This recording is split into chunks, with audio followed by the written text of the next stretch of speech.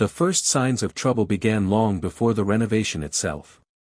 The neighborhood had always looked quiet from the outside, but anyone who lived there knew the truth: the HOA ran everything like a private kingdom. Every lawn length, every mailbox color, every seasonal decoration was monitored by the board's president, a woman who carried herself like she had been crowned instead of elected. The homeowners whispered about her, but very few challenged her. Most people simply nodded, smiled, and kept their heads down. But the narrator had been living in the neighborhood long enough to understand the patterns of control. The HOA relied on intimidation more than policy. They sent warnings disguised as reminders, and fines disguised as community upkeep fees. Anyone who pushed back found themselves suddenly at the center of mysterious allegations, noise complaints, yard violations, unauthorized improvements, even accusations of disturbing the peace. The HOA knew how to make someone miserable without ever raising their voice. So when the narrator decided to renovate the house, it wasn't just a personal project. It was a declaration that things could be done legally, properly, and without the HOA micromanaging every nail and brick. The narrator followed every rule, applied for every permit, and double-checked every architectural guideline published by the HOA. Even so, there was a quiet understanding that the HOA would find something, anything, to sabotage it. The board hated losing control, and a homeowner acting independently was the greatest offense imaginable. The renovation started with small steps. Contractors arrived early in the morning, unloading their tools and marking measurements along the driveway. Neighbors stopped to observe, curious but cautious. Some whispered encouragement, knowing the HOA would not like what they were seeing. Others hurried away, afraid of being associated with anything the board might disapprove of. The narrator watched all of it unfold, trying not to overthink the reactions. Within 48 hours, the first complaint arrived. A neatly folded letter appeared in the mailbox, sealed with the HOA's emblem. It claimed that unauthorized construction was taking place, despite the narrator having already submitted the required documents weeks earlier. The next day, a second letter followed, accusing the contractors of blocking community pathways with their equipment. The narrator walked outside, looked at the driveway, completely clear, and realized something deeper was happening. The HOA wasn't reacting to violations. They were creating them. The pressure escalated quickly. Board members began showing up unannounced, strolling across the lawn as if performing official inspections. They took pictures of tools lying on the ground, of the debris pile waiting for pickup, of the contractor's truck parked slightly closer to the sidewalk than usual. The narrator would glance out the window and see them cataloging everything, knowing those photos would eventually appear as evidence in future claims. The HOA wasn't even pretending to be subtle. They wanted to stop the renovation, and they were gathering ammunition. The contractors felt uneasy, constantly glancing over their shoulders as they worked. They had dealt with strict associations before, but nothing like this. One of them mentioned that he saw a woman from the board following him around with a notepad, writing down the times he arrived and left. Another contractor mentioned that a board member approached him and tried to persuade him to quit the job entirely by implying that the neighborhood was unfriendly to outside workers. The narrator recognized the manipulation tactics. This was how the HOA isolated people, by scaring them into compliance. Despite the pressure, the renovation pressed forward. Walls were torn down, new framing was installed, and structural improvements took shape. The narrator had envisioned a brighter, more open living space, and each day brought the project closer to reality. But every step forward seemed to provoke another attack from the HOA. Notices continued stacking up, alleged landscape violations, claims of excessive noise, accusations that construction hours violated community rules. None of it was true, and all of it was intentional. The turning point came when the HOA filed a formal complaint with the county, claiming the renovation was illegal. They accused the narrator of bypassing permits, altering structural components without authorization, and endangering community property values. The county inspector scheduled a mandatory visit, and the HOA immediately celebrated as if they had already won. Board members began spreading rumors that the narrator would be fined, forced to tear down the entire renovation, or even evicted for endangering the neighborhood. They acted as though justice was finally catching up to a rogue homeowner. The narrator prepared every document: permits, architectural plans, stamped approvals, correspondence with county officials. Everything was neatly organized, ready to present. When the inspector arrived, the HOA board members followed him like a parade of self-appointed deputies, pointing out supposed violations, highlighting every minor detail, and insisting the renovation was a menace to the neighborhood. But the inspector didn't rush.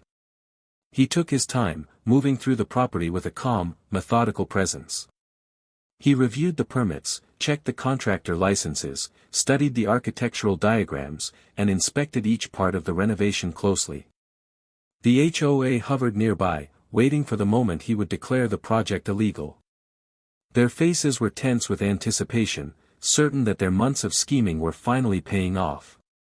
Instead, the inspector slowly realized something very different: the renovation was perfectly legal. Every permit was valid.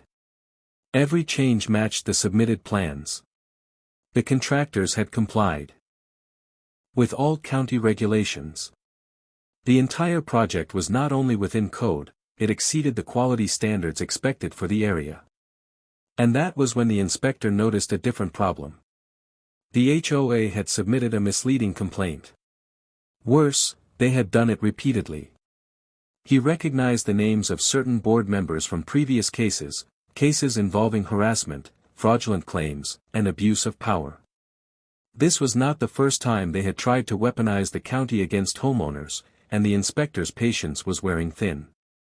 By the time he finished the evaluation, his expression had changed entirely. The HOA sensed it too. Their confidence evaporated, replaced by a quiet panic. Something was unfolding that they hadn't expected, something completely outside their control. And as the inspector closed his folder and prepared to speak, the narrator felt the shift as well. Something was about to happen that would turn the entire situation upside down. The inspector stood at the edge of the driveway with the folder tucked beneath his arm, pausing long enough for the tension to settle into the air like a storm cloud. The HOA board members formed a tight cluster nearby, exchanging nervous glances, uncertain whether they should stay quiet or attempt to reclaim authority. They had always operated under the assumption that county officials naturally aligned with their interests, that their influence stretched further than simple neighborhood boundaries. But the inspector's measured silence suggested otherwise. He began by summarizing the findings, stating each detail with methodical clarity. The renovation was fully permitted, legally approved, and executed with precision. The contractors had no violations. The construction site was safe, compliant, and better organized than most residential projects he visited. He emphasized this calmly, but the words cut sharply through the board's expectations. The HOA members shifted uncomfortably, their confidence unraveling thread by thread. Then the inspector addressed the complaint itself. His tone changed from neutral professionalism to a measured firmness that made everyone freeze. He explained that the complaint submitted by the HOA contained inaccuracies, serious ones. Certain claims were fabricated, exaggerated, or intentionally misleading. He pointed out that this wasn't the first time similar complaints had surfaced from the same individuals. His department had records of harassment toward homeowners disguised as formal reports, and he made it clear that filing false complaints was not a minor issue. The HOA's faces drained of color as he continued. Each word from the inspector struck them like a silent blow. The board, once united in arrogance, now stood fragmented, unsure of how to respond. Their years of unchecked power had never been challenged so publicly or so definitively. They had expected praise for their vigilance, not scrutiny for their tactics. And for the first time, someone with actual authority questioned their motives instead of accepting their claims without evidence. The inspector then redirected his attention to the narrator. He acknowledged the patience required to endure months of unnecessary interference and reminded them that they were well within their rights to renovate their own property. He emphasized that homeowners were allowed to improve their living spaces as long as they followed county regulations, which the narrator had done flawlessly. The HOA stiffened at this, their carefully curated illusion of control slipping further away. When the inspector finally left, the board members scattered without coordination, each retreating to their homes to regroup privately. Their tight formation dissolved into isolated confusion, and the narrator watched them go with a mix of relief and anticipation. Something had shifted permanently. The HOA had expected a victory and instead walked away exposed. But anyone familiar with their methods knew they would not accept defeat quietly. They thrived on control, and losing it ignited a kind of desperation that made them unpredictable. The following morning, evidence of their panic emerged. A new notice appeared on the narrator's door, accusing the renovation of violating neighborhood aesthetic harmony. The accusation was vague, entirely subjective, and not tied to any measurable guideline. It was the HOA's attempt to reclaim authority through a technicality, hoping that the inspector's reprimand would fade if they layered new claims on top. But the narrator saw it for what it was, an act of retaliation. The board began patrolling the area more frequently, attempting to catch anything they could twist into another violation. They photographed the construction team unloading materials, documented every shift change, and even recorded audio of harmless work noise, stretching the limits of interpretation to frame it as a disturbance. Their behavior grew more frantic. They ended the meeting abruptly, citing ongoing investigations, but everyone knew the truth: they had been cornered. As the renovation progressed smoothly over the next week, the HOA's actions grew strangely inconsistent. Some days they remained silent, observing from afar like defeated spectators. Other days they overloaded the narrator with petty notices, claims about trash bins being out 5 minutes too early or grass height exceeding allowable limits by half an inch. Their desperation had become predictable, almost mechanical, as if they were trying to overwhelm the narrator into submission. But the narrator no longer felt intimidated. The inspector's involvement had shifted the balance, and the board's frantic attempts to regain control only made their intentions more transparent. What once felt like a constant threat now felt like noise, persistent but powerless. Yet beneath the surface, something larger was forming. The inspector had hinted at an upcoming review of the HOA's conduct. Homeowners whispered that the county might take formal action, especially if more complaints were uncovered. The board sensed it too, which fueled their frantic behavior. Their authority, once unquestioned, was slipping through their fingers. And then, one morning, a letter appeared in the narrator's mailbox, not from the HOA, but from the county itself. It contained a summons for a formal hearing regarding the HOA's misuse of complaint procedures. It wasn't just the renovation anymore. A confrontation was coming, one that would determine the future of the entire neighborhood. The summons from the county arrived with the weight of something final. It was crisp, formal, and unmistakably serious, the kind of document that could not be ignored or dismissed. The narrator stood for a moment absorbing its significance. This was no longer an isolated dispute over a renovation. It was now a documented investigation into the HOA itself. The board, once untouchable, was being pulled into a legal process they could no longer control or manipulate. The days leading up to the hearing were charged with a strange mixture of tension and quiet anticipation. Homeowners who had once walked with caution now lingered outside more freely, exchanging updates and rumors. Some offered support to the narrator, relieved that someone had finally pushed back against the board's long-standing tyranny. Others watched from a distance, still cautious but hopeful that change might finally be possible. The HOA board, meanwhile, operated in a state of barely concealed panic. Their once confident patrols became hurried and disorganized. They knocked on doors seeking signatures for petitions, but fewer residents were willing to sign anything. They mailed out newsletters full of defensive language, calling the investigation a misunderstanding, and accusing unnamed neighbors of sabotaging the community's harmony. But each attempt only revealed how shaken they were. Their control was slipping publicly, and everyone could see it.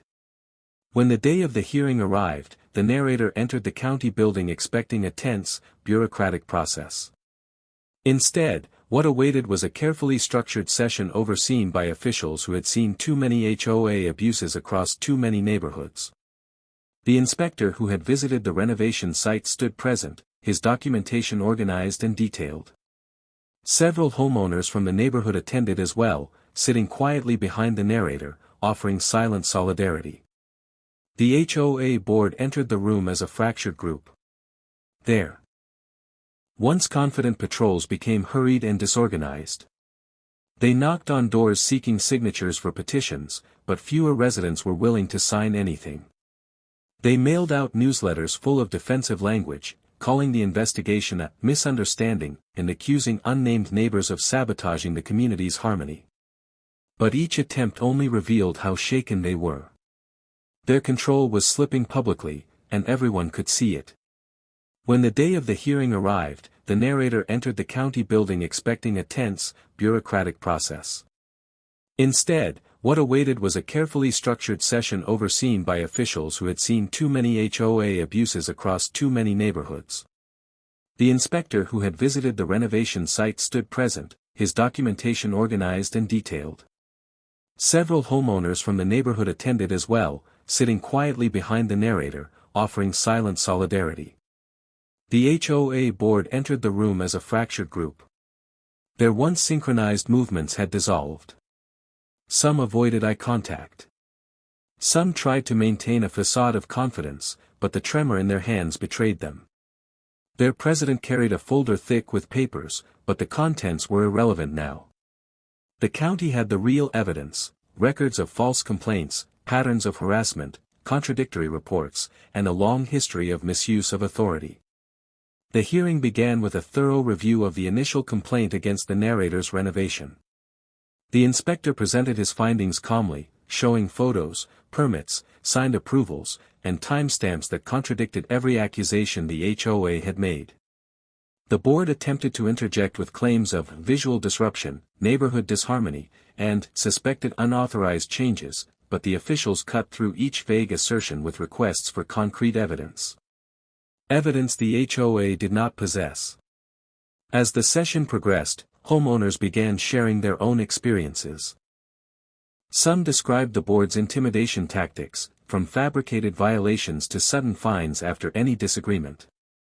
Others shared incidents of the HOA overstepping, entering yards without permission, threatening legal action over trivial matters, or manipulating community rules to target certain families. One homeowner revealed that the HOA had tried to block their accessibility ramp, claiming it clashed with community design standards. Officials took notes rapidly, their expressions tightening with every new account. The board attempted to defend themselves, insisting that they acted only in the community's best interest.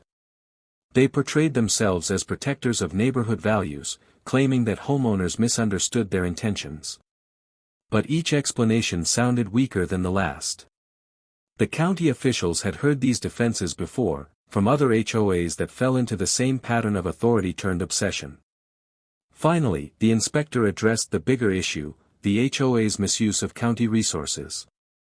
He explained how repeated false complaints, each requiring official review, drained time and funds from other urgent matters.